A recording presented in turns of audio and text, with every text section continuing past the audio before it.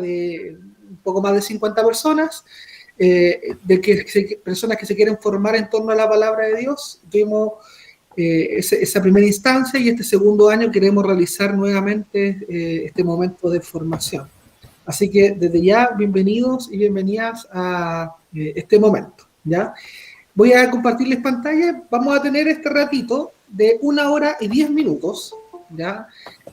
Para que podamos ir profundizando en la palabra de Dios. Los primeros son 3 encuentros, este día martes, 31 de agosto, tenemos la próxima semana, el próximo encuentro, y después del 18 tenemos el siguiente, ¿ya? Así que serían 3 encuentros donde vamos a profundizar en el Evangelio según San Marcos. Y este momento lo vamos a dividir, vamos a hacer un breve momento de oración, ya introduciéndonos en lo que es esta temática del Evangelio según San Marcos, y después vamos a entrar de lleno en tierra derecha en el Evangelio. Así que desde ya agradecidos por su participación, entusiasmo y ganas también para este momento de formación.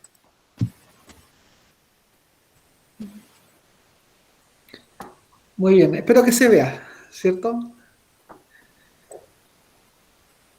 Muy bien. Entonces, vamos a compartir el Evangelio según San Marcos. Y en estos 3 encuentros que vamos a ir haciendo, siempre vamos a comenzar con un breve, sencillo momento de oración, porque lo que queremos hacer es conocer más sobre Jesús a través de la palabra de Dios. Y vamos a acercarnos desde la óptica del Evangelio según San Marcos, ¿ya?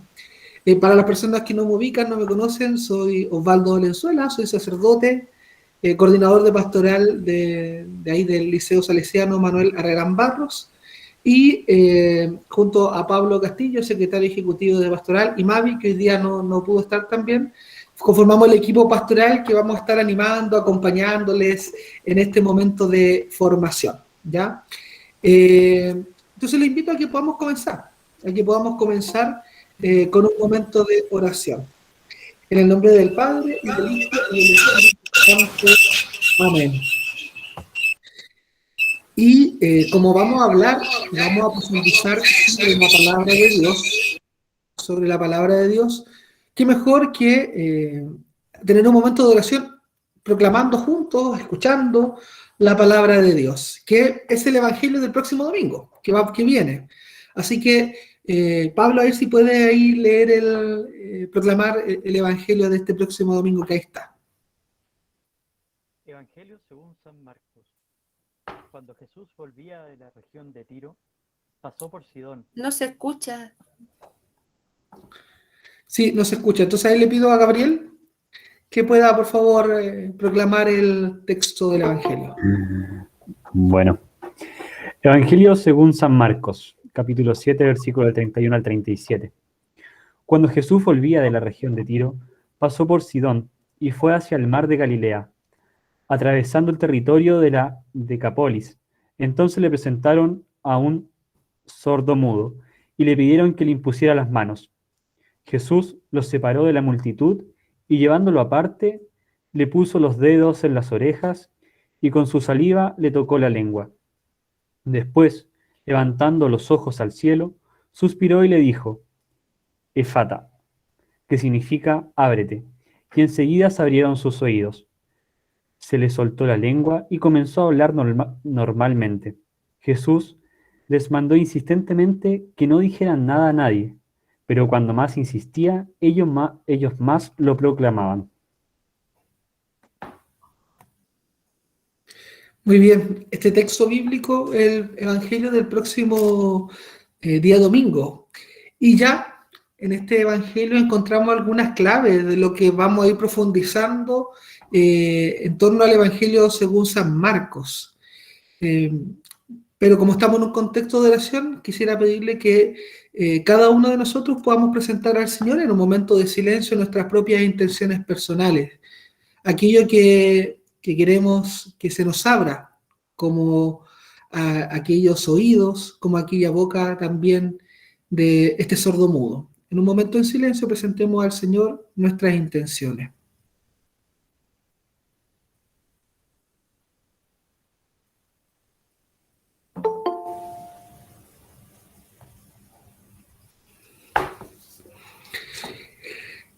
Y bueno, yo le decía que este evangelio es muy paradigmático de algunas claves que vamos a ir profundizando en el evangelio según San Marcos. ¿Por qué? Porque tenemos algunas, yo subrayé con colores, puse en colores algunas claves o pistas que vamos a ir encontrando en estos encuentros en el evangelio de Marcos. Primero, ahí tenemos en rojo algunos verbos. Jesús volvía, Jesús pasó por Sidón, Jesús fue hacia el mar de Galilea. Entonces, eso ya nos da una óptica de que vamos a encontrar en el Evangelio según San Marcos. Jesús, en este Evangelio, a diferencia de otros, es un Jesús muy itinerante. Se mueve, va de un lado, llega, está un rato, se va hacia otro. Y por eso, y aquí no, tomamos el Evangelio del domingo, no es que lo hayamos seleccionado así, no, yo busqué el Evangelio del próximo domingo. Entonces, la imagen que San Marcos nos presenta de Jesús es un Jesús en movimiento, ¿ya? Después, otro aspecto es, y que lo colocamos ahí con ese color ahí un poquito más anaranjado, con su saliva le tocó la lengua. También el Evangelio según San Marcos, por ser el primero, una de las claves que tiene es que un Evangelio poco, por así decirlo, entre comillas, cuidado. Es decir, probablemente los otros evangelistas que se fueron escribiendo después, ese gesto de con su saliva le tocó la lengua, eso me dice, es un gesto bastante asqueroso. Imagínense, y más para estos tiempos de COVID para nosotros, imagínense con la propia saliva tocar la lengua de la otra persona. O sea, nos presenta un Jesús bastante real, concreto, no cuida en este evangelio. Pasa por alto, porque no es la intención del evangelista cuidar esos detalles como finos. Probablemente en otro evangelio, por ejemplo, este mismo hecho, se podría haber dicho de otra manera. Jesús hizo una oración, por ejemplo, pero sin hacer el gesto de tocar con su propia saliva la lengua de la otra persona. También en azulito ahí, en ese azulito más claro, efatá, ábrete. Coloca ahí algunas palabras en otro idioma, pero ¿por qué las coloco ahí en ese color? Porque el Jesús que vamos a encontrarnos en el Evangelio de Marcos no es un Jesús que hable mucho. En todo esto, es las únicas palabras que dice, una palabra, ¿ya? Que después lo que hace el autor es traducirla, ábrete. Pero no hay tanto en el Evangelio de Marcos, no vamos a encontrar tanto discurso, tanta palabrería, tanto el elemento, no. Es un Jesús que hace muchas cosas, por eso va de un lado para otro, pero quiere expresar en su acción el mensaje. A diferencia, por ejemplo, del Evangelio de Juan, que tiene largos discursos y que va explicando una y otra vez, por ejemplo, el discurso de pan de vida, que los que han ido a misa o han participado los domingos anteriores, estaba ahí y varios domingos se fue explicando, profundizando en eso. Aquí en San Marcos no, son breves palabras que tiene. Y por último, dice, le mandó insistentemente que no dijera nada a nadie. Bueno, ese es otro elemento también que vamos a ver en los próximos encuentros, el secreto mesiánico del Evangelio según San Marcos. Jesús hace muchas cosas, sana, Jesús da la vida, Jesús cura a los paralíticos, da la vista a los ciegos, realiza milagros, dice pocas palabras, pero siempre que lo quería la gente se alborotaba, que tenía gran alegría por esos milagros. ¿Qué es lo que hace Jesús? Les manda diciendo muchas veces en este evangelio, no se lo cuenten, no digan nada, no me proclamen. Jesús arrancaba cuando lo querían hacer rey. Entonces, ese secreto mesiánico, y vamos a descubrir por qué pasa esto en este evangelio, ¿ya? Así que, quédense, no se vayan, porque lo que vamos a ir descubriendo en este evangelio es muy importante y nos puede ayudar mucho para profundizar en la palabra de Dios. ¿Y por qué hacemos este taller de formación bíblica? ¿Por qué nos damos este tiempo para profundizar? Y decimos que septiembre es el mes de la Biblia. ¿Pero por qué es el mes de la Biblia? ¿Por qué no es agosto? ¿Por qué no es enero? ¿Por qué no es diciembre? ¿Por qué decimos que es en septiembre el mes de la Biblia? Porque hacia el final del mes celebramos un gran santo de la iglesia, que vivió entre los años 340 al 420, que es San Jerónimo. Y uno podría decir, bueno, ¿cuál es la relación que tiene este santo con la Biblia y por qué atribuimos entonces a este mes de septiembre como el mes de la Biblia? Bueno, el 30 de septiembre, al finalizar, celebramos su día litúrgico de San Jerónimo. ¿Pero por qué es importante? Porque fíjense que una de las acciones, este santo se dedicó mucho a estudiar la palabra de Dios, a leerla, a profundizarla, a tratar de decir, a ver, de expresar qué es lo que quería decirnos. Y sobre todo, ustedes saben que la Biblia, que el Nuevo Testamento sobre todo, el Nuevo Testamento se escribió en griego, en un griego, por así decirlo, vulgar, que hablaba la gente, que era el griego koiné. Pero ¿qué es lo que hace San Jerónimo? Como el Imperio Romano en la mayoría hablaba latín, y cada vez menos eran las personas que hablaban griego, lo que hace es que traduce la Biblia del griego al latín. Esa traducción que nosotros le llamamos la Vulgata. ¿Por qué Vulgata? Porque quería, en su intención, quería que la lengua, quería que la palabra de Dios, todo el imperio la conociera. Y en ese tiempo todos hablaban latín.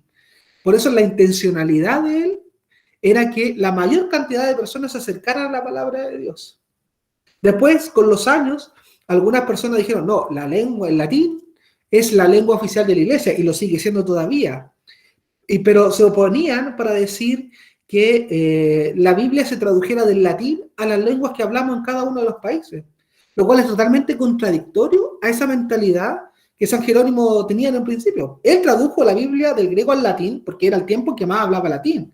Si hoy día, por ejemplo, existiera solamente el latín y nos diéramos cuenta de que se habla más en el mundo el chino mandarín, probablemente para que la palabra de Dios llegue a más corazones, bueno, la traduciríamos al chino mandarín.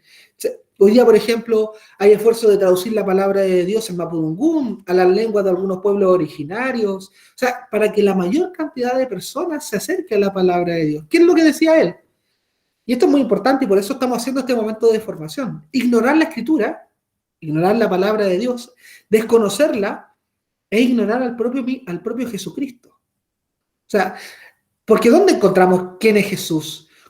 ¿Cuál era su enseñanza? ¿Cuáles eran los gestos que hacía en la palabra de Dios? Entonces, a veces, si nosotros queremos descubrir el Jesús real, no el Jesús que nos cuentan los demás, no el Jesús que vemos en la tele, en la serie o en la Pasión de Cristo, en la película, sino que el Jesús real, ¿dónde lo vamos a encontrar? No tanto en los libros de teología, no tanto en los discursos o en la prédica que puede hacer algún sacerdote o diácono o quien sea los días domingos, sino que ¿dónde?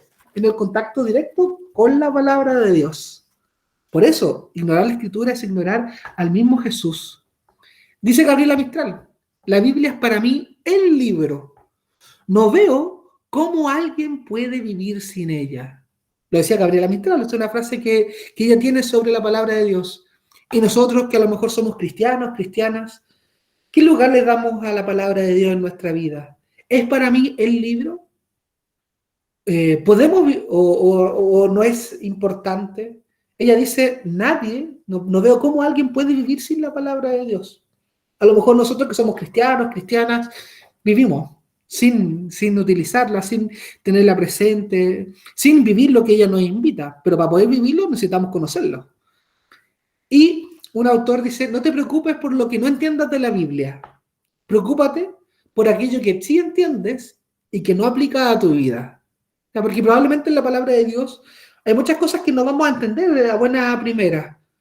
Pero dice este autor, no te preocupes tanto por eso. Preocúpate más bien de lo que sí entiendes, de lo que sí está claro, pero que tú no vives en tu propia existencia. Bonito desafío.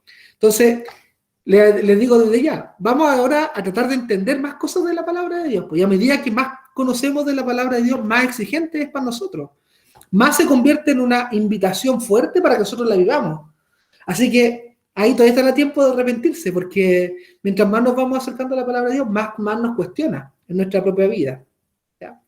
Entonces, por eso, antes de que comencemos ya con el tema en sí mismo, yo les quiero invitar a que en el chat, los que tengan ahí, compartan brevemente, escribiendo en el chat, lo podríamos hacer hablando, pero nos vamos a alargar mucho y la idea es que esto sea muy agotado en el tiempo.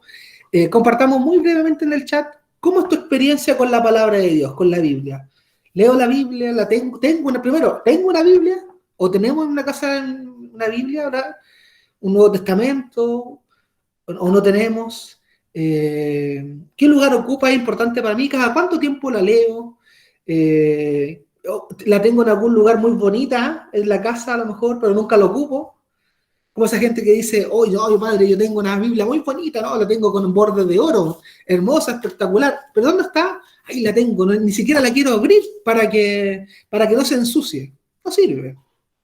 La palabra de Dios, mientras más usada está, más efecto tiene para nuestro corazón. Entonces les pido que escriban muy sinceramente, aquí no voy a hacer una confesión pública, ¿no?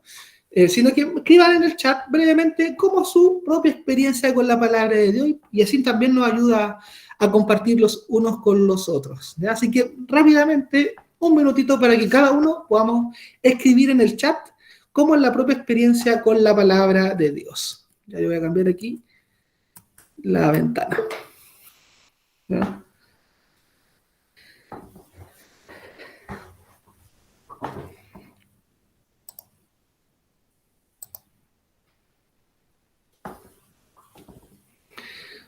Voy a ir leyendo, sin nombre. Alguien dice por ahí, buenas tardes, tengo la Biblia y no la leo, pero tengo mucha fe y creo en mi Dios. Muy bueno, pero en la palabra de Dios también vamos a encontrar el Dios verdadero, ¿ya? No el que a veces nos dicen los demás. Por eso también es bueno. Dice alguien también, tengo una Biblia que estuvo guardada por mucho tiempo, que cuando hace tiempo comencé a leerla no he podido despegarme de ella. Hay alguien que dice, leo ahí también el mensaje diario, el Evangelio del día. Sí tengo y hago todos los días la lectura cotidiana. Otra persona, yo tengo mi Biblia que utilicé cuando hice mi primera comunión hace 38 años, harto tiempo, ¿eh? Pero no es nada hoy día. Y la utilizo bastante. Tenemos Nuevo Testamento y Biblia en nuestro altar. Lo leo cada vez que me siento acongojada, tengo mucha fe en nuestro Dios. Gracias por el testimonio. Tengo 3 Biblias, dice ahí. Siempre me ha gustado conocer la Biblia, de cuando en cuando leo algunas páginas. Y el Evangelio diario. Y la verdad, mientras más me acerco, me siento más lejos de lo que nos pide. Así es. Pero la Biblia no es tanto para memorizarla, sino que es para que provoque ese movimiento. Si nos cuestiona, si nos mueve, si nos pone incómodo, está haciendo su efecto, ¿ya? Aunque nos cueste después realizarlo y vivirlo en la práctica. Dice ahí, Yanela, todos los días lo leo y escucho la palabra de Dios porque me llega al correo y mi Biblia la tengo hasta subrayada. Muy bien. Ahí alguien, es una carta de amor de Dios, la leo cuando me siento afligida, siempre la ocupo, recurro a ella. Tengo varias Biblias, una chiquitita, personal, bastante rayada. Tengo una Biblia en mi casa en un pequeño altar. Leo poco, pero sí mantengo comunicada con la palabra de Dios. Leo el Evangelio del día o lo que publican algunas personas, sacerdotes. La física hace tiempo que no. Buenas tardes, tengo la Biblia, trato de leerla. Tengo la Biblia de mi abuela, pero la leo en momentos especiales o en ceremonias scout, ¿ya? Bueno, y así cada uno tiene su propia experiencia de la palabra de Dios, ¿ya? Y la idea es que nosotros vayamos como haciendo ese ejercicio de meternos más en la palabra de Dios, lo que ello significa. Yo te les presento la mía. Esta la tengo hace, no 38 años, como decía la persona ahí, pero sí la tengo hace por lo menos unos 15 años, y está bien rayada, porque me ayuda a encontrarme con ella, y sobre todo me ayuda a tener los detallitos, que a veces son tan importantes en la palabra de Dios, y que cuando la vuelvo a leer digo, ah, mira, tengo esta anotación al lado, ah, mira, y me acuerdo.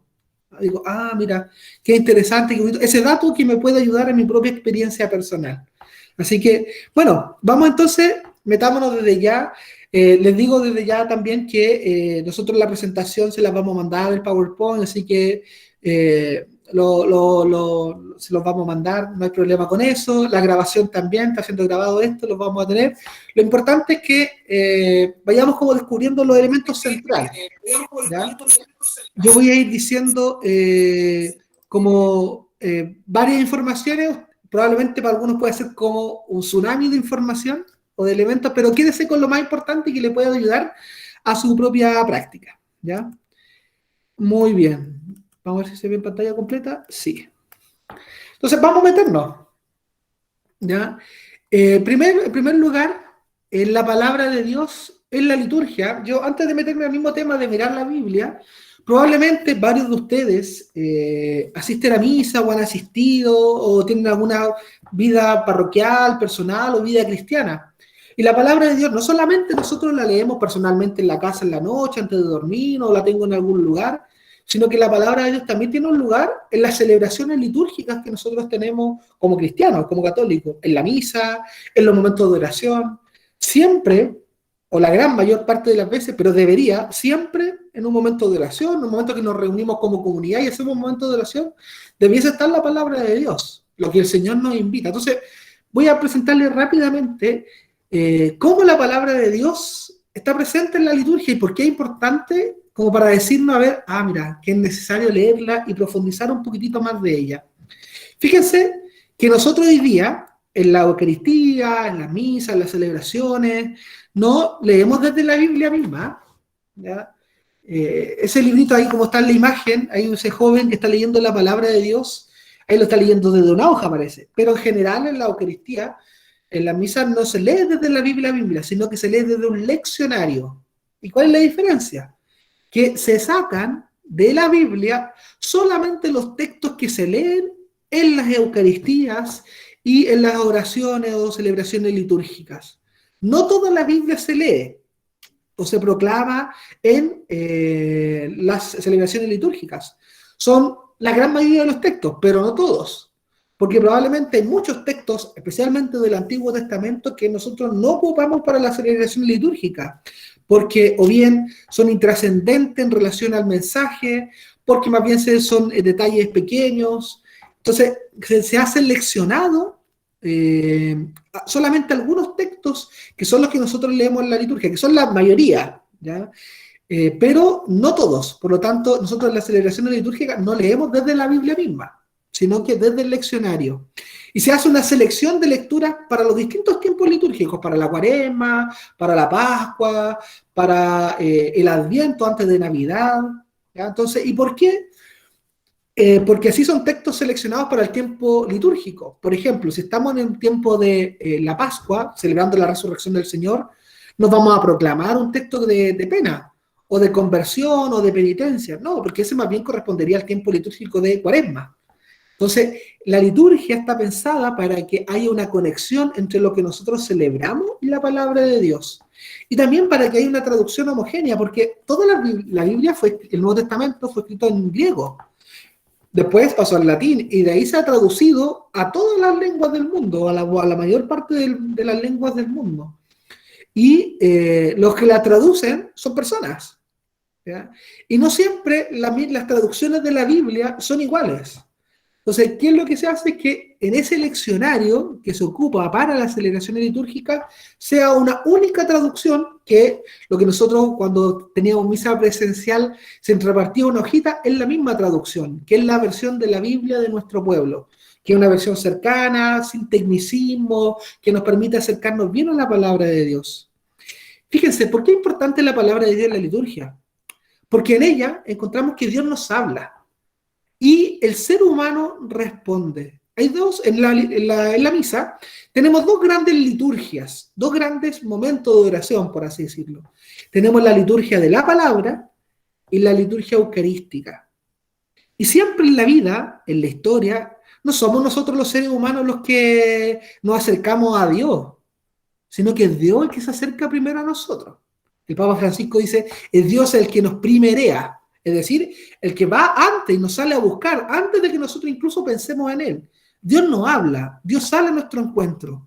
Por eso, la primera parte de la misa, tenemos Dios habla, y lo escuchamos. Él sale a nuestro encuentro, Él nos invita, Él nos provoca, nos da su mensaje, a través de la liturgia de la palabra de Dios.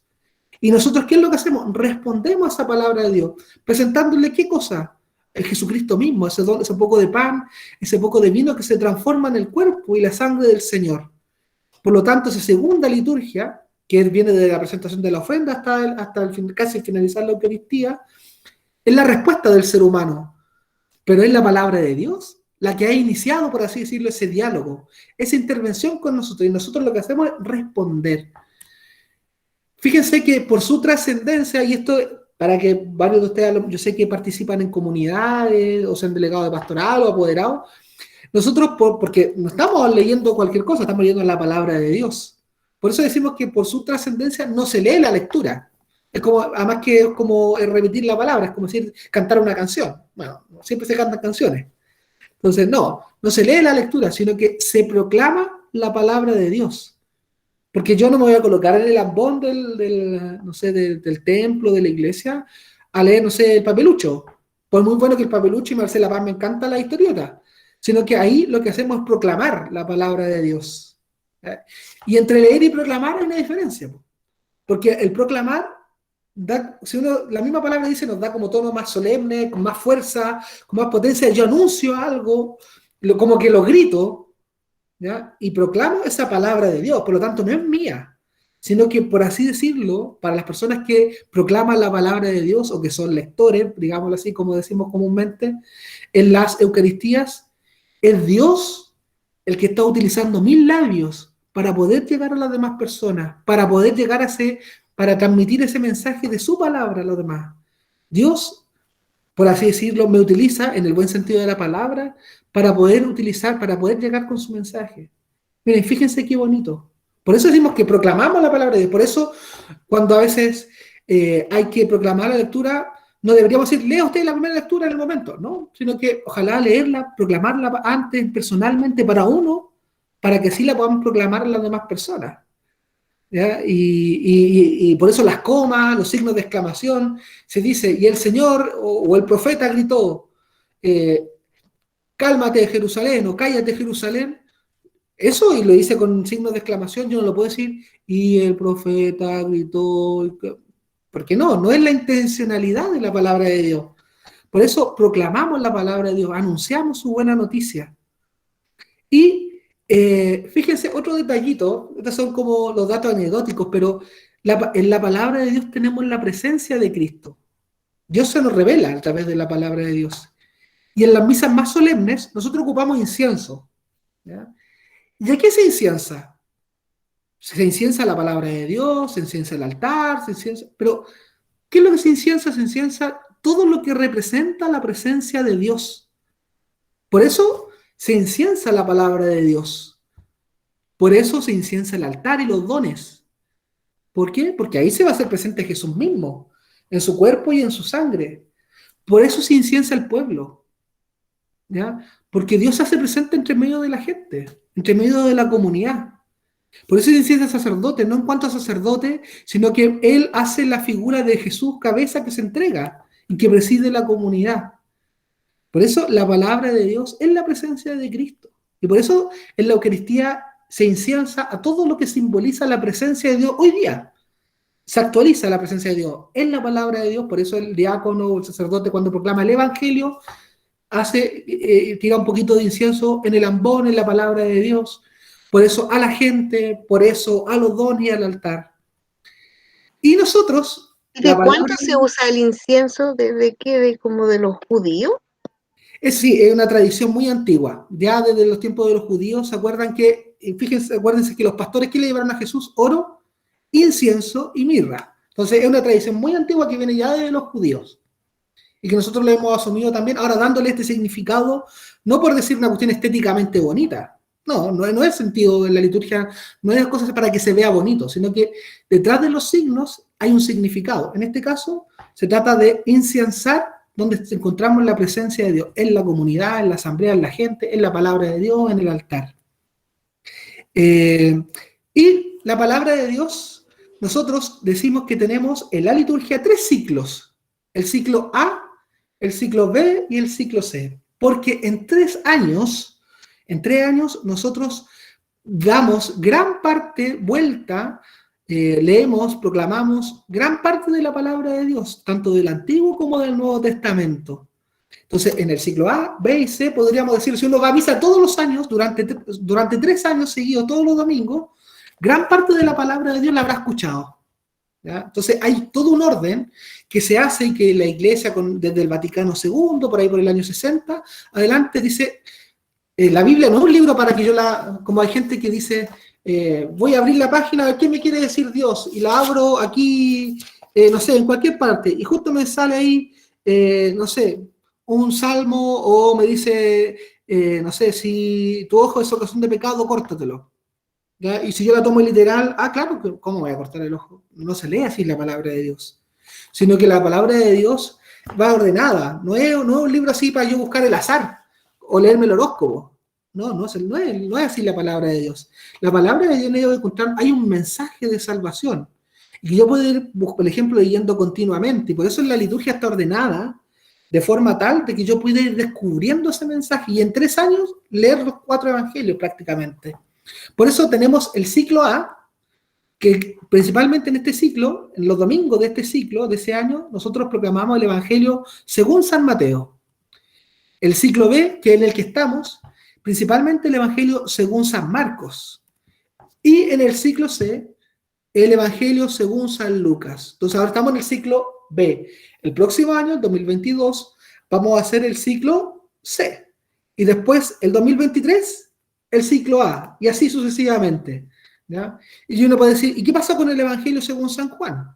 Bueno, está presente en algunas de las fiestas tanto del ciclo A como del ciclo B y del ciclo C, sobre todo en San Marcos. Por ejemplo, en el mes de agosto proclamamos todo el discurso del pan de vida, ¿ya? Del capítulo 6 de San Juan. Y fueron 5 domingos donde se hizo como una interrupción del ciclo de San Marcos y volvimos a recuperar desde el domingo pasado el ciclo según San Marcos. Y también se lee algo de Juan, sobre todo en el ciclo de Cuaresma, en el ciclo A. En Cuaresma, en el ciclo A. Por lo tanto, no podría decir, en 3 años, si yo voy los domingos a misa o escucho la palabra de Dios o leo el Evangelio que me propone la iglesia para cada domingo, yo voy a haber leído todo el Evangelio, todos los 4 evangelios. Esto es algo importante, ¿ya? A propósito de la palabra de Dios en la liturgia. Fíjense ¿qué lectura nosotros proclamamos? ¿Qué palabra de Dios nosotros proclamamos en la Eucaristía? Siempre tenemos una primera lectura, ¿cierto? Que generalmente está tomada del Antiguo Testamento, del Pentateuco, es decir, de los 5 primeros libros de la Biblia, Génesis, Éxodo, Levítico, Número y Deuteronomio, o de algún profeta. Entonces decimos lectura del profeta Isaías, por ejemplo, que es uno de los que más se repite. ¿Ya? Entonces, la primera lectura generalmente es del Antiguo Testamento, o bien, en algún momento, de los Hechos de los Apóstoles, sobre todo en el tiempo de Pascua, porque ¿qué cuentan los Hechos de los Apóstoles? Lo que vivió la comunidad después de la resurrección. Entonces, se hace una excepción en los domingos, sobre todo, para que en la primera lectura se cuente los Hechos de los Apóstoles. Después de la primera lectura, pero generalmente en el Antiguo Testamento, tenemos un salmo, ¿ya? Y ahí tenemos 150 salmos, y ahí lo que hace la liturgia es principalmente dejar aquellos de esos salmos, que nosotros llamamos responsorial, ¿ya? Que significa respuesta, es decir, no es que el salmo sea responsorial, sino que la forma en que lo rezamos es respondiendo. ¿Cómo? Con la antífona, se lee el salmo, después nuevamente la antífona, es decir, como que vamos respondiendo, por eso ahí responsorial.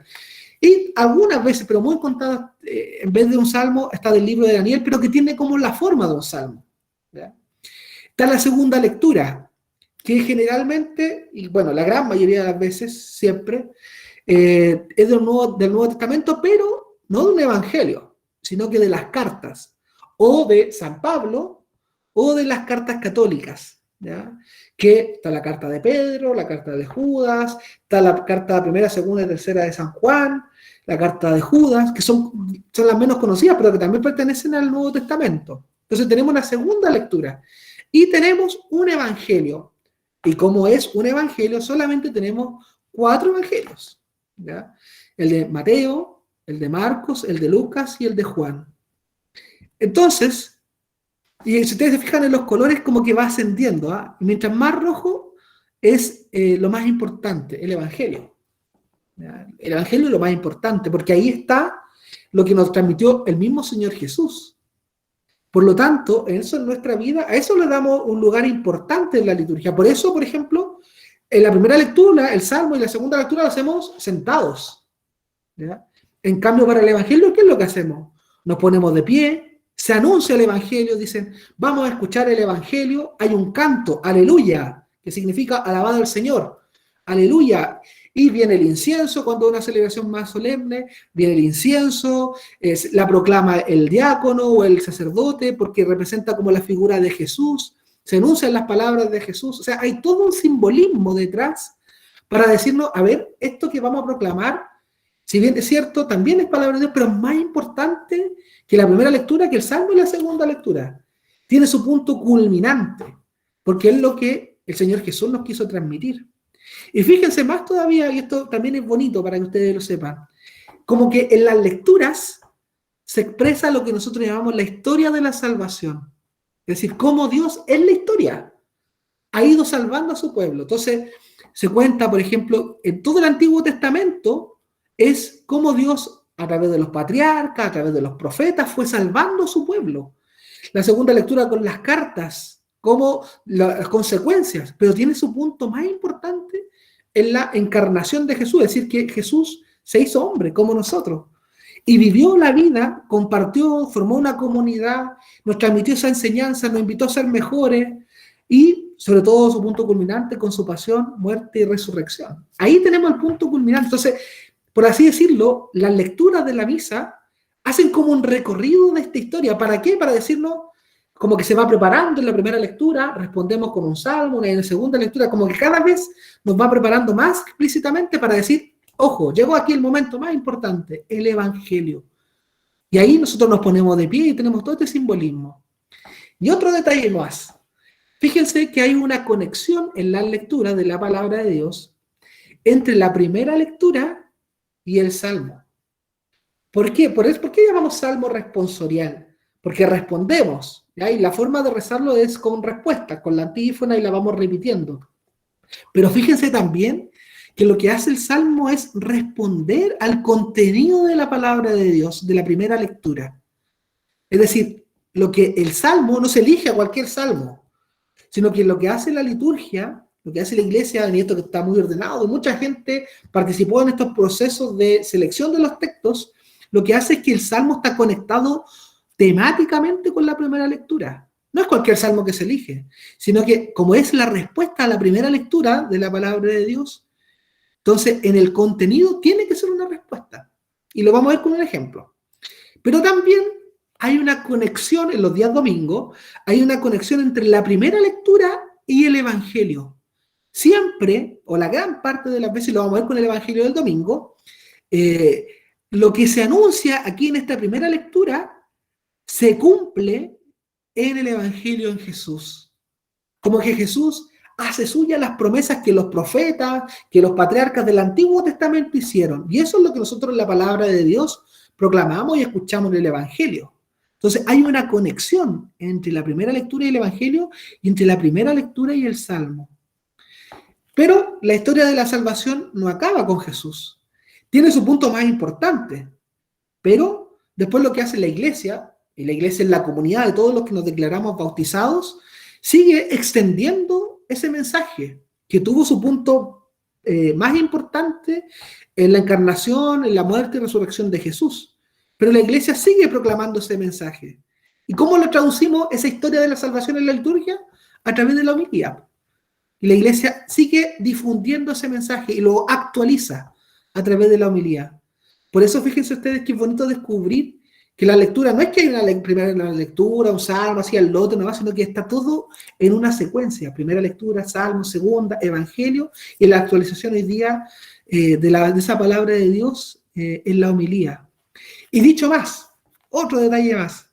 Si nosotros pudiéramos decir las tres personas de la Santísima Trinidad, ¿cómo se hacen presentes? En todo el Antiguo Testamento, podríamos decir, es el tiempo del Padre, porque es el Dios Yahvé, que se va revelando a su pueblo, lo va cuidando. En el Evangelio es el tiempo del Hijo, porque bueno, es el Hijo que se encarna, es el del Hijo Jesucristo que se anuncia el Evangelio y que su mensaje, su testimonio es lo que descubrimos en Mateo, Marcos, Lucas y en Juan. Pero después de que Jesús ascendió a los cielos, ¿qué dijo? Yo les voy a enviar el Espíritu Santo. Y desciende el Espíritu Santo en Pentecostés sobre los discípulos, sobre la comunidad, María y los apóstoles. Y ellos empiezan a predicar. Comienza el tiempo de la iglesia, el tiempo del Espíritu Santo. Entonces fíjense que en las lecturas podremos decir, esta lectura, aunque los tres actúan conjuntamente, el Padre, el Hijo y el Espíritu, pero esta lectura, podríamos decir, es más del Padre Dios. Este Evangelio es del Hijo. Esta carta, o los Hechos de los Apóstoles, por ejemplo, es más del Espíritu Santo. ¿Ya? Entonces, fíjense que es bonito descubrir todos estos detallitos que están detrás. Y uno dice, bueno, leo la Biblia, escuchamos la Biblia en la liturgia, pero tiene toda una intencionalidad y una riqueza. Y voy a demostrarles con un ejemplo concreto esta unión entre la primera lectura del Evangelio y la primera lectura y el Salmo. Vamos con el Evangelio, creo que este es el Evangelio del día, ¿sí? La primera lectura de hoy día, primera Tesalonicenses, que es una carta que escribe Pablo a los cristianos de Tesalónica. Les dice Pablo: hermanos, en cuanto al tiempo y al momento, no es necesario que yo les escriba. Ustedes saben perfectamente que el día del Señor vendrá como un ladrón en plena noche. No se inquieten. La lectura del día de hoy. San Pablo está escribiendo porque ellos empiezan a preguntar, a ver, ¿cuándo va? El Señor dijo que iba a volver. ¿Cuándo va a ser eso? Y ellos pensaron que iba a ser muy luego. ¿Ya? Y por eso empiezan a discutir eso. Y por eso Pablo le escribe, dice, no se preocupen, el Señor va a venir y va a estar con ustedes, no se inquieten, pero vendrá como un ladrón en plena noche. Así que estén preparados. Como que lo exhorta, lo invita a estar atentos a ese último momento del regreso del Señor, la segunda venida. ¿Y qué es lo que dice el Salmo del día de hoy? Así empieza. Yo contemplaré la bondad del Señor. Entonces, como que se hace una promesa en la primera lectura, San Pablo. ¿Y qué es lo que hace? ¿Qué es lo que hago yo a través del Salmo? Responder esa palabra. Sí, yo creo en eso. Contemplaré la bondad del Señor. Y esa es la antífona que nosotros repetimos. Y por eso en la segundo párrafo de ese Salmo dice, yo creo que contemplaré la bondad del Señor. Yo creo que, lo que dice el San Pablo, yo creo que eso lo voy a vivir.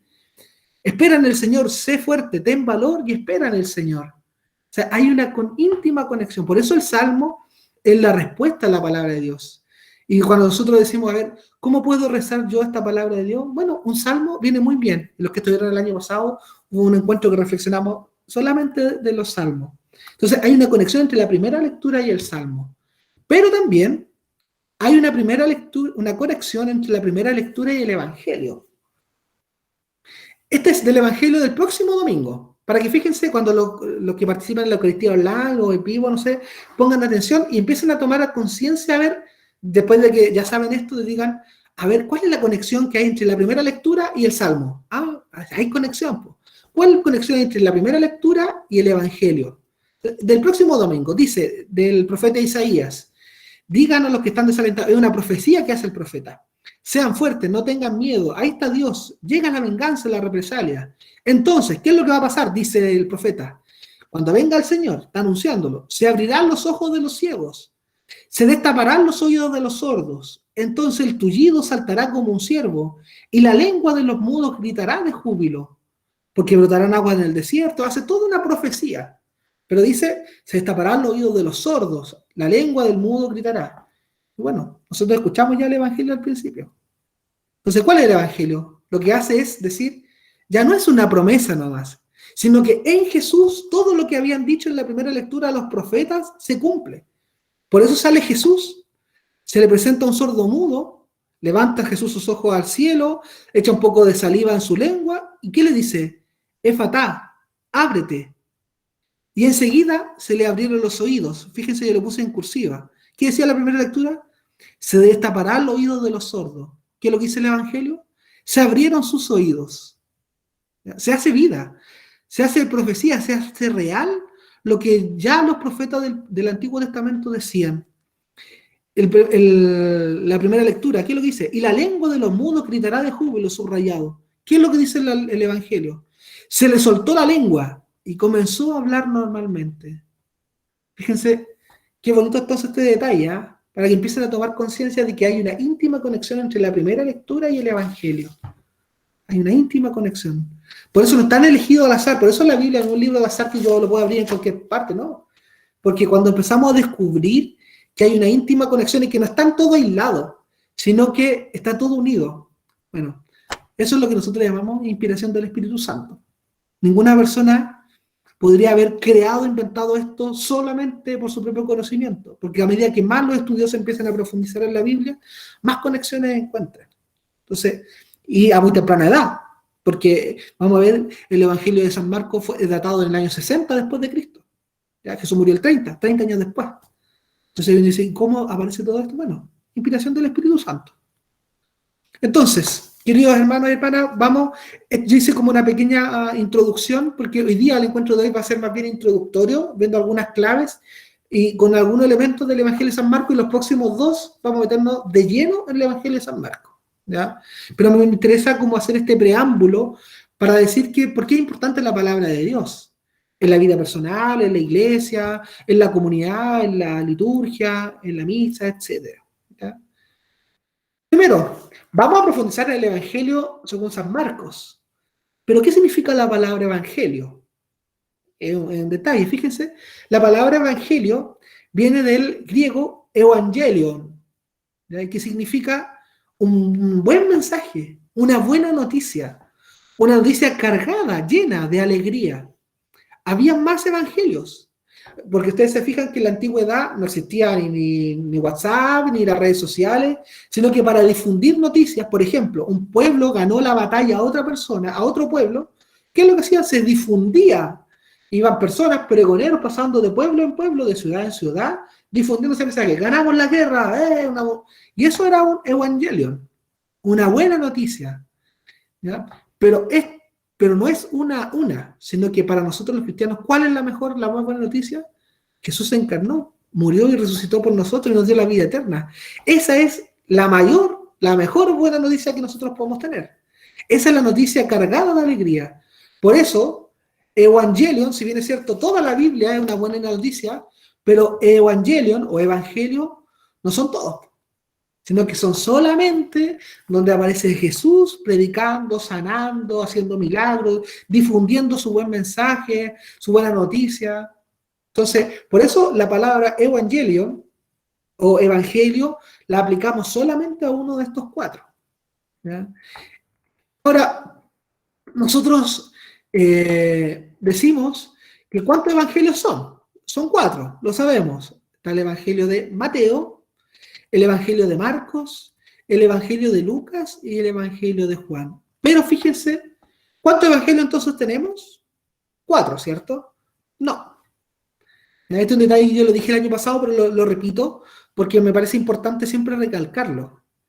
El Evangelio no son cuatro, sino que como dice ahí, y esta foto que tomé, es el Evangelio, según San Juan, o San Lucas, o según San Mateo. No hay cuatro evangelios, hay un evangelio, una buena noticia.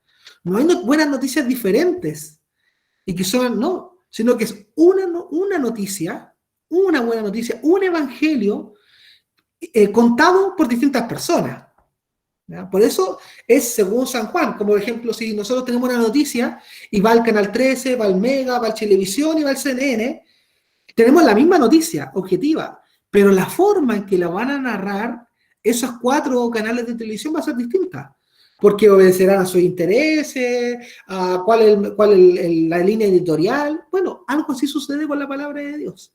Tenemos un evangelio, una buena noticia, pero contada, narrada desde la perspectiva del autor, de Mateo, de Marcos, de Lucas o de Juan, o de los autores, como vamos a ver después, ¿ya? Entonces, por lo tanto, no hay cuatro evangelios, hay un evangelio, ¿ya? Narrado según San Lucas, San Marcos, San Juan, San Mateo.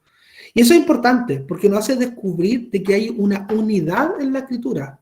Y no son cosas distintas o contrapuestas, sino que hay unidad, ¿ya? Por eso el evangelio es uno. Por eso cuando no se dice el evangelio de Lucas, sino que dice el evangelio según San Lucas.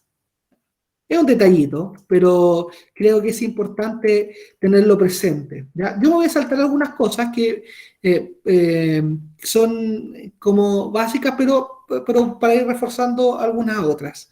Algunas cosas de la palabra de Dios, a modo de introducción. Primero, ¿por qué llamamos Biblia a la Biblia? ¿Ya? Fíjense que el nombre Biblia viene del término griego biblión, que quiere decir libro. Y como nosotros hoy día, la Biblia la tenemos toda empastadita, bonita, con esta forma, con un lomo empastada, pero en la antigüedad, ¿cómo se hacía la Biblia? ¿Cómo se hacían los libros? No solamente la Biblia, sino que se hacían, ahí yo coloqué una imagen, con un papiro, que probablemente varios de ustedes lo hayan visto, porque también se da en algunas partes aquí en Chile el papiro. ¿Qué es lo que hacía? La hoja, el tallo, se abría se dejaba secar y luego de eso se hacían rollos, ¿ya? Rollos de papiro. Yo siempre digo la misma talla aquí, pero no son los rollos que tengo yo en la guata, sino que son los rollos del papiro, ¿ya? Y que crecían alrededor del año 3000 antes de Cristo, ¿ya? A la orilla del río Nilo. Y el rollo de papel escrito, a ese rollo de papel escrito de papiro, se le llamó biblos o biblón, ¿ya? Porque sobre todo había un lugar que se llamaba Biblos, donde también crecía abundantemente eso, y donde se empezó a hacer esta técnica. Y era algo así, ¿ya? Ahí está muy bonito, pero en la antigüedad, fíjense que no era tan así, no existía la imprenta, ¿ya? La imprenta es algo de la modernidad, o sea, pasaron más de 1500 años sin imprenta, donde todo era manito nomás. Entonces, fíjense, algo así, ¿ya? Entonces, ¿cómo podemos saber que efectivamente Jesús no leyó libros como tales, sino que... Padre, mire, lo interrumpo un poquito cortito. Mire, ¿Sí? yo tengo aquí, tengo 2 papiros allá atrás. Ah, muy bien. Ay, pero no se alcanzan a ver bien para que vean la textura. Claro, claro. Y bueno, cuesta cuidarlos también. ¿Ya? Por eso ahí seguramente en el cuadro se ven muy bien. Bueno, ¿cómo podemos saber que Jesús realmente leyó así? Bueno, hay 2 textos bíblicos, Lucas 4:17 y Lucas 4:20.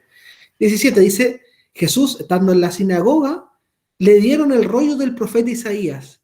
Jesús lo desenrolló, fíjense, no dice abrió la página, sino que el texto bíblico dice, lo desenrolló y encontró el lugar donde estaba escrito lo siguiente. Y hay una frase, el Espíritu del Señor está sobre mí, que cita al profeta Isaías, Jesús, en el templo. Terminó de hablar, ¿y qué es lo que hace Jesús? Luego enrolló el libro, se lo devolvió al ayudante y se sentó. O sea, esa era la forma que ocupaban en la antigüedad. Y escribir era muy caro, ¿ah? Porque imagínense, ¿cuántas hojas de papiro había que tener? ¿Ya? Tintas, no hay la tinta así como que nosotros vamos hoy día a la librería y encontramos el lápiz Bic. No, nada de eso. ¿Ya? Entonces, el plural de ese biblión en griego es Biblia. La Biblia, hay varios lenguajes que se escribió. Hoy día nosotros la tenemos solamente en español, cuando nosotros la abrimos. Pero la Biblia, en su forma original, hubo varios idiomas. Primero, el Antiguo Testamento fue casi todo en hebreo, con algunos breves textos en arameo, ¿ya? Luego, sobre todo el Nuevo Testamento, fue escrito en griego, ¿ya? Lo que nosotros llamamos un griego koiné, que era un griego más sencillo, que hablaba más la gente, que era como una mezcla entre el hebreo, el griego, y era algo más vulgar, por así decirlo. Es como cuando nosotros decimos el Spanglish o el Spanenglish, una mezcla entre español e inglés. Bueno, algo así era, ¿ya? Que no era el griego clásico, sino que el griego koiné. Y en ese texto, en esa lengua, se escribió el Nuevo Testamento. Y los primeros cristianos lo que hicieron entonces fue transmitir en griego la palabra de Dios. Pedro y los demás discípulos, ¿ya? San Pablo. Pero ¿qué es lo que pasó? Por eso celebramos el mes de la Biblia. San Jerónimo tradujo en el año más o menos 382 al latín la palabra. Por lo tanto, esta secuencia, ustedes fíjense que dentro de ese camino podrá pasar de que se ha ido como evolucionando, por así decirlo, a los distintos idiomas. Y que los detalles a lo mejor siempre cuando las cosas van pasando con el tiempo se pueden ir perdiendo. A lo mejor la fuerza que tenía una palabra en el griego no tiene la misma fuerza, la misma potencia que a lo mejor puede tener para nosotros en la lengua que tenemos nosotros. Entonces, bueno, así, y hay algunas frases, por ejemplo, la palabra efatá, ábrete, que hoy día escuchamos en el Evangelio, y por eso dice, ¿y qué significa ábrete? ¿Ya? Eso no era del griego, por eso hace la expresión ahí y dice que significa ábrete. ¿Ya? Nosotros dividimos la Biblia en 2. Hablamos del Antiguo Testamento y del Nuevo Testamento. Bueno, ¿por qué? Y esta expresión testamento, fíjense que en el Antiguo Testamento Dios establece una alianza con Moisés. Esa palabra se dice en hebreo berit, la palabra alianza, cuando le entrega los 10 mandamientos. Pero al traducirla, esa palabra al griego se tradujo por diaseke, que también el griego es una lengua que una palabra puede significar varias cosas, ¿ya? No solamente una. ¿Y cómo vamos a ver qué significa? De acuerdo al contexto, ¿ya? Entonces, También significa pacto, disposición o testamento. Entonces, cuando se tradujo después la Biblia del griego al latín, se optó por este segundo significado, testamento, y pasó a testamentum. Y después, cuando pasó a las lenguas que hablamos nosotros, a las lenguas vernáculas que se llama, quedó como testamento. Pero es lo mismo que decir antigua alianza, nueva alianza. ¿Y cómo sabemos nosotros? La antigua alianza es la que establece Yahvé con Moisés. ¿Y cuál es la nueva alianza? Es Jesús mismo, que se hace por su sangre. Por eso en la Eucaristía decimos, esta es la sangre de la nueva alianza, que será derramada por usted y por todas las personas para el perdón de los pecados. Esa es la nueva alianza que establece Jesús. Por eso hablamos de Antiguo y Nuevo Testamento, pero en el fondo es lo mismo que decir Antigua y Nueva Alianza. La nueva alianza es la que establecimos con Jesús, o mejor, la que Él quiso establecer con nosotros. ¿Cuántos libros hay en la Biblia? Esto lo voy a pasar rápidamente. El canon de la Biblia, es decir, los libros reconocidos como inspirados, son 46, ¿ya?, del Antiguo Testamento y 27 del Nuevo Testamento. Nuestros hermanos protestantes reconocen para el Antiguo Testamento solo 39 libros, ¿ya?, que son un poquito más posteriores, ¿ya?, y que son Tobías, Judith, Sirach y la Sabiduría, Primera y Segunda Macabeos, como algunos por aquí, Baruch, y algunos capítulos de Esther y Daniel, ¿ya? Bueno, en el Nuevo Testamento tenemos 4 evangelios, son 27 libros, 4 evangelios, tenemos los Hechos de los Apóstoles, y tenemos 21 cartas. O sea, lo más grande, por así decirlo, del Nuevo Testamento son las cartas.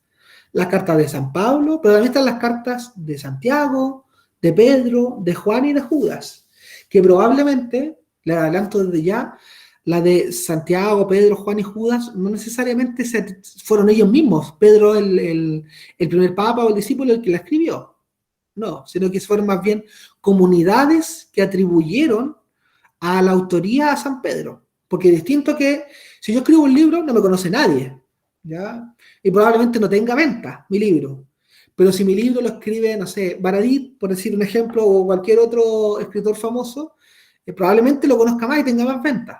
Bueno, algo así pasaba con los primeros cristianos, ¿ya? Eran pequeñas comunidades y decían, y que se tomaban como referencia a algunos de los apóstoles y decían, este es el evangelio según San Pedro, o sea, perdón, la carta de Pedro. No es que Pedro escribió la carta de puño y letra, de hecho, hay cartas que Pablo sí las escribió, pero no la escribió él, sino que las dictaba y otra persona la escribía. ¿Cómo sabemos? Porque hay frases, textos de San Pablo donde dice, esto lo escribo yo con mi propia letra, y esta es mi letra para que tú veas, y mi letra está temblorosa para que veas los dolores que estoy sufriendo por ustedes, querida comunidad. Hay textos y ustedes los van a encontrar en la Biblia, ¿ya?, de algunas de las cartas de San Pablo. Y termina el Nuevo Testamento con el Apocalipsis. Yo me voy a saltar todo esto porque nos quedan algunos minutitos solamente. ¿Quién es el autor de la Biblia? Ustedes lo pueden leer. Yo solamente digo que en la Biblia hay 2 autores, por así decirlo.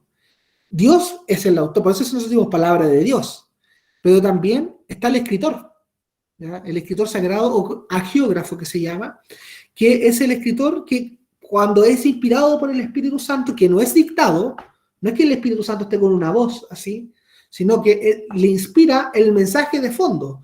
Ahora, ¿cómo esa persona lo escribe? Lo escribe con su cultura, con su forma de ser, con sus errores gramaticales, porque en el Nuevo Testamento y en la Biblia vamos a encontrar errores gramaticales, con su forma de ser. Por eso nosotros hablamos del Evangelio según San Marcos y San Mateo, porque si no, basta que tuviéramos uno, ¿ya?, sino que es lo mismo, pero que es narrado por la perspectiva de distintos autores, que son, en este caso, los evangelistas, ¿ya? Entonces yo me salto algunas cosas que yo lo dije el año pasado, utilicé la base de este Power, ¿ya? Entonces, como nos estamos metiendo en el Evangelio, algunas claves para leer los Evangelios. Fíjense que los Evangelios, y en general los textos bíblicos, no nacen de un día para otro, ¿ya? No es que el evangelista estaba solo y empezó a escribir porque no tenía nada que hacer, sino que se fueron formando poco a poco. Tampoco fueron escritos así, estaba Marcos con una libretita escribiendo y viendo todo lo que decía Jesús y dando ahí una libretita y después se queda su evangelio. No fueron así los textos bíblicos, no fueron así los evangelios. Fueron un proceso que parte de la persona de Jesús, de lo que él fue haciendo. Y que ese mensaje, esas palabras, fueron, en primer lugar, anunciadas oralmente por la comunidad. Pero después que los discípulos empezaron a morir, dijeron, oye, esto que nosotros lo tenemos tan claro porque nosotros compartimos con Jesús, muchas personas estuvieron con nosotros cuando resucitó a Lázaro, cuando multiplicó los panes, pero la gente se está muriendo, tenemos que ponerlo por escrito, porque nosotros estamos muriendo y no se va a morir la buena noticia con nosotros. Entonces es un proceso que se empieza a creer y ellos empiezan a recordar lo que hicieron con Jesús, lo que Jesús dijo, cómo lo dijo, de qué manera, y lo empiezan a poner por escrito. Y se van ayudando los unos con los otros. Por eso vamos a descubrir, por ejemplo, que hay elementos que tienen en común, por ejemplo, Mateo y Lucas, ¿ya? Pero hay cosas que ellos también se recordaron, solamente ellos, y que no se recordaron los demás. Y hay elementos, textos que tienen solamente algunos de los evangelistas. Por lo tanto, no es un proceso que nace de un día para otro, sino que es un proceso lento, progresivo, en donde los textos se van construyendo. Es como construir un telar. En un telar, una obra, es muy lento. ¿Ya? Es muy lento. Y así fueron los textos bíblicos, se fueron construyendo progresivamente. Y Marcos, que es el que vamos a ver, es el primer evangelio escrito. Tenemos entonces el primer siglo. Ahí está, yo hice como una pequeña línea de tiempo. Jesús murió más o menos en el año 30. ¿Ya? Tenía 33 años, pero después los investigadores han dicho que Jesús no nació en el año 0, así que más o menos en el año menos 6, por el emperador que gobernaba, etcétera, porque sale en la Biblia. Bueno, pero pongámosle, Jesús más o menos en el año 30 murió. ¿Ya? En el año 34 es la muerte del diácono Esteban, que ustedes pueden ver ahí los Hechos de los Apóstoles, que es uno de los primeros textos que sale, ya que lo salen apedreando y los discípulos salen arrancando. Bueno, ¿cómo se fueron construyendo los textos del Nuevo Testamento? El primer tiempo, más o menos desde la muerte de Jesús del 30 hasta el 50, 20 añitos, es lo que nosotros llamamos tiempo de la tradición oral, en donde los testigos oculares, es decir, los que vieron y compartieron con Jesús lo que él vivió, van contando lo que ellos vieron, lo que Jesús les dijo, lo que Jesús los cuestionaba, los interpeló, y se acordaban de eso. Se acordaban de lo que les pasó cuando se encontró con ellos en la resurrección, se acordaban de los milagros, y eso lo hablaban, lo difundían, pasaban por los pueblos, de un lugar a otro diciendo, esto es lo que pasó, y yo soy testigo, yo estuve ahí.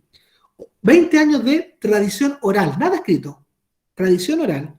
Pero después del año 50 empieza, por así decirlo, porque empiezan a morir los discípulos, empiezan a morir los primeros testigos oculares, ¿ya? Que compartieron con Jesús. Entonces hay una necesidad de poner por escrito. Y ya más o menos en el año 51 se escribe primera y segunda Tesalonicenses de San Pablo, el 56 la carta a los Filipenses, el 57 la primera de Corintios, 57 la segunda carta de Corintios, 58 los Gálatas, la carta a los Romanos. O sea, primero, antes que los evangelios se escriben las cartas de San Pablo, ¿verdad? Y son más conocidas porque tenían más circulación. Entonces se empieza a pasar de la tradición oral, de lo que hablaban, a poner por escrito, donde los testigos presenciales van muriendo y se hace necesario poner por escrito algunos de los relatos para tenerlos en la memoria, para no perderlos. Se empiezan a escribir algunos textos, algunos dichos de Jesús, por ejemplo. Desde en los años 60 del primer siglo, 30 años después de que Jesús había muerto, se escribe, Pablo sigue escribiendo, son los años, estos del 50 al 60 son los años de mayor actividad de San Pablo misionera. Por lo tanto, ahí sí tenemos el 51, ahí tenemos ahí la primera carta de San Pablo, probablemente la conversión de San Pablo haya sido como en el 40 y tanto. ¿Ya? Entonces tenemos la carta a los colosenses, la carta a Timoteo, a Tito, la carta a los hebreos, no a los ebrios. ¿Ya? Una vez me tocó escuchar una carta, una persona dijo, primera carta a los ebrios, y ahí varios dijeron, yo. Así que, no, es a los hebreos, ¿ya? También la segunda carta a Timoteo, y más o menos en ese siglo, en el 67 murió San Pablo, ¿ya? Entonces fíjense que ese es el tiempo. Y en el 60 circulaban, empezaron a poner algunas cosas de Jesús, los relatos de la pasión. Y se cree que lo primero que se escribió sobre Jesús, ¿ya? Sobre los hechos de Jesús, sobre los discursos de Jesús, que no fueran paulinos, de Pablo, fueron un conjunto de relatos sobre la pasión del Señor, la muerte, la resurrección del Señor. Y tenemos ahí a nuestro amigo San Marcos, que más o menos en el año 70, en el siglo 70, ahí en la década de los 70, perdón, sería el primer evangelio escrito. Utilizando, ¿qué es lo que utilizó entonces San Marcos para poder escribir su evangelio? ¿Fue lo que a él se le ocurrió? No. Y de hecho, probablemente este San Marcos no haya compartido la vida con Jesús.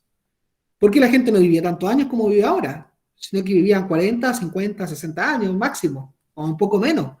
Entonces, probablemente, o bien era muy pequeño para acordarse de todo lo que compartió con Jesús de su ministerio, o bien no vivió con él. Entonces, más bien es de alguien que tomó en consideración estos relatos de la pasión y la tradición oral, que fue poniendo por escrito más o menos en el 70. Luego hay un texto que se llama La Fuente Q, y que es probablemente paralelo al Evangelio según San Marcos, y que pues, se llama Fuente Q, por ponerle un nombre, ¿ya? Y que se escribió con una colección de la mayoría de los dichos y parábolas de Jesús. El año entre el 80 y 90 se escriben los Hechos de los Apóstoles, ¿ya? Ya van pasando algunas cosas acá, pero más o menos donde se termina de escribir, ¿ya? Y entre el 80 y el 90 se escriben 2 evangelios, Mateo y Lucas. ¿Y de dónde, qué datos habrán tomado Mateo y Lucas? Todo esto para atrás. La tradición oral, los primeros relatos de la pasión, lo que escribió San Pablo probablemente, que andaba circulando, San Marcos y la Fuente Q. Como la Fuente Q, o ese conjunto de textos sobre dichos de Jesús, no la conoció San Marcos porque se escribió después. Pero sí Mateo y Lucas. Entonces probablemente hay muchos textos que tiene Marcos, o sea que Mateo y Lucas tienen de Marcos y de la Fuente Q. Pero Marcos tiene solamente, por eso es el evangelio más breve, porque fue el primer escrito. En cambio aquí, Mateo y Lucas fueron agregando más textos porque tenían más fuentes para poder escribir su evangelio. ¿Cuál es la primera? Lo que decía Marcos, ¿ya? Sacaron fuentes de ahí, por lo tanto, gran parte de lo que está en Marcos también está en Mateo y en Lucas. Pero hay textos que Marcos no tiene, que sí tienen Mateo y Lucas, ¿ya? Y el último evangelio escrito fue el de San Juan, que es el más posterior y que por lo tanto tiene una teología mucho más desarrollada, ¿ya? Entonces, ¿por qué digo y presento este cuadro?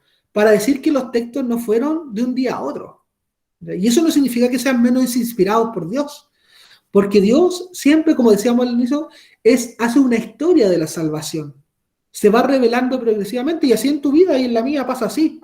No de un día para otro que descubrimos todo nuestro sentido de la vida, no es así. Se va revelando progresivamente y avanzamos y a veces retrocedemos y es así, ¿ya? Quedan 3 minutitos. De estos evangelios, hay 3 que nosotros llamamos sinópticos, ¿ya? Que es el Mateo, Marcos y Lucas. El de Juan no es sinóptico.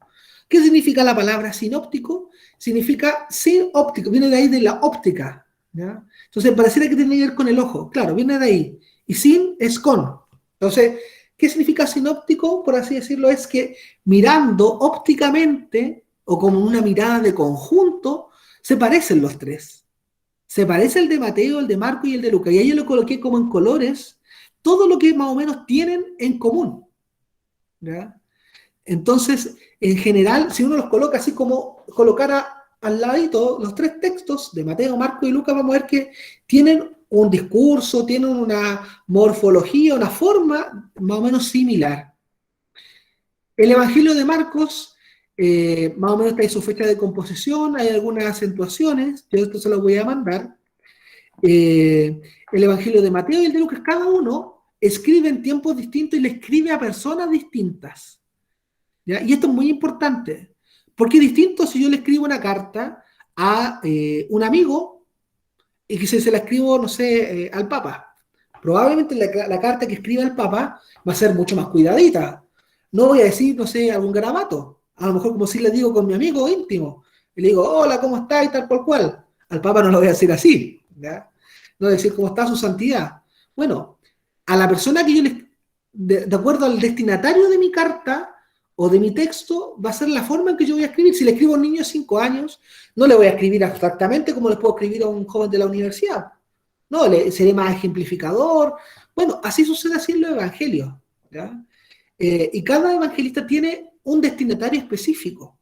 Y por lo tanto, en la forma de construir su propio evangelio, coloca detalles que son importantes, ¿ya? Por ejemplo, Mateo, que escribe para cristianos para judíos, perdón, que se habían convertido al cristianismo, para que ellos pudieran entender, como eran judíos, ¿qué es lo que hace? Cita mucho el Antiguo Testamento y dice, y esto lo hizo Jesús para que se cumpliera la profecía de, y cita el texto del Antiguo Testamento. En cambio, no sé, Lucas, que escribe para cristianos de origen pagano, es decir, para personas que no eran judías, pero que se habían convertido en el cristianismo, no le interesa citar el Antiguo Testamento tanto. Pero lo que sí hace, por ejemplo, explica los detalles judíos, porque no eran judíos, entonces no entendían la mentalidad. ¿Ya? Entonces, fíjense, ¿cómo empieza? Y vamos a ir terminando por hoy día, para dejarlo metido para la próxima vez. Siempre, nosotros una carta o un texto, nosotros le ponemos un título, ¿cierto? A una historia, a una fábula, le ponemos un título. Algo así sucedía en los textos bíblicos, pero no hay un título. Todos los títulos estos que nosotros vemos se lo colocaron las personas después para ordenarlo, ¿ya? Pero, ¿cómo era la forma de decir su título con el primer versículo?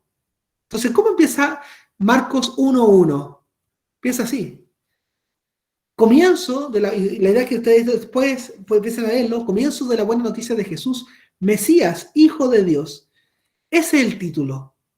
O sea, por lo tanto, todo lo que va a querer decir San Marcos después es tratar de demostrar que todo lo que va a decir en su evangelio es la buena noticia de Jesús y que es el Mesías, el Hijo de Dios. O sea, va a tratar de demostrar que lo que está en su evangelio es obra del Mesías, del Hijo de Dios, y que eso es una buena noticia. Si lo vemos, por ejemplo, en Mateo, ¿cómo empieza Mateo? Empieza con la genealogía de Jesús, ¿ya? Y trata, como que Mateo le escribe a judíos, trata de tratar de hacer coincidir con que Jesús es realmente el hijo de David, como decían los profetas, que del hijo de David van a ser el Salvador, el Mesías. Y así, Lucas, ¿qué es lo que dice? Dice, muchos han tratado de escribir ordenadamente lo que pasó con Jesús. Por eso yo te escribo, Teófilo, a la persona que le escribe, todo exactamente, por orden ahora, sí, no como los que han escrito antes, que desordenado, no. Yo te escribo ordenadamente todo, desde el principio hasta el último momento. Entonces, por lo tanto, en Lucas vamos a encontrar un detalle mucho más ordenado, porque Lucas también tenía una formación distinta, ¿ya? Entonces, vamos a quedar hasta por aquí hoy día y yo les voy a dejar una tarea, ¿ya? Porque la idea es que podamos profundizar en la palabra de Dios, ¿ya? Y podamos hacer el ejercicio de abrirla. Abramos para la próxima semana, ojalá puedan leer el capítulo 1 de San Marcos, o a lo menos del 1 al 20, o sea, capítulo 1, versículos del 1 al 20. Y vamos a ver que en esos primeros versículos está un poquitito toda la estructura de lo que va a ser el resto de su evangelio. Entonces, el evangelio de San Marcos, si alguno se aventura y quisiera leer en este mes todo el evangelio, le animo, porque es el más cortito. Tiene solamente, creo que 16 capítulos. Todos los demás tienen 20 y tantos. Este es el más cortito. Creo que tiene 16, efectivamente. Sí, tiene 16. Entonces, por lo tanto, si en este mes de la Biblia pudiéramos leer continuamente, lentamente, el Evangelio de San Marcos, sería un gran regalo, no para saber más, también para saber más, sino que para transformar nuestro corazón y hacerlo más semejante al Señor. ¿Ya? Así que eso, vamos terminando por hoy día. Yo sé que a lo mejor vamos a ver un PPT. Perdón, padre, pero además que es muy lindo porque relata la historia de Jesús desde su bautismo hasta su resurrección. Claro, y hay detalles muy interesantes, así que yo los animo, lean por lo menos el capítulo 1 para la próxima semana, para que así podamos partir desde ahí en lo que vamos a profundizar, ¿ya? Yo los felicito a ustedes por este interés que tienen con la palabra de Dios. Cada momento algunos dicen, ¿para qué leí tanto la Biblia si es amor? Sí, es verdad, es amor, todo se resume en amor, como diría Arjona, y es verdad, pero nosotros no queremos ser un amor cualquiera, sino que queremos ser un amor como el Señor Jesús, ¿ya? Y esa es la forma, nuestro norte, ese es nuestro modelo, y mientras más lo leamos, bueno, más oportunidad tenemos nosotros de que se nos transforme el corazón de piedra que tenemos. Entonces, porque nos cuestiona, nos interpela, nos mueve. Así que eso, yo soy bueno para hablar, así que me callo ahora y nos vemos la próxima semana. Que estén muy bien, cuídense.